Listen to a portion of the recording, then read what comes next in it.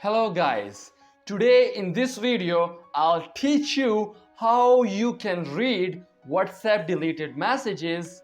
In addition to that, I'll also guide you how you can read your friends' messages on WhatsApp without letting them know that you have read their messages.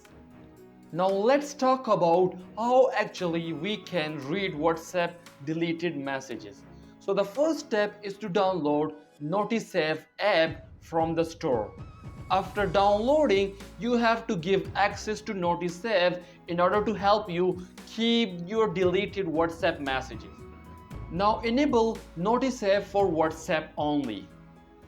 So whenever someone sends you a message on WhatsApp and then they delete it, so you can view that message with the help of NotiSave. So now let's talk about how we can see WhatsApp messages without letting our friends know that we have read their messages. When you get a message from one of your friends, don't get into WhatsApp directly. Instead, use the NotiSave notification option. This will make you able to read WhatsApp messages without letting your friends know that you have read their messages. I hope this WhatsApp trick will help you in your daily life.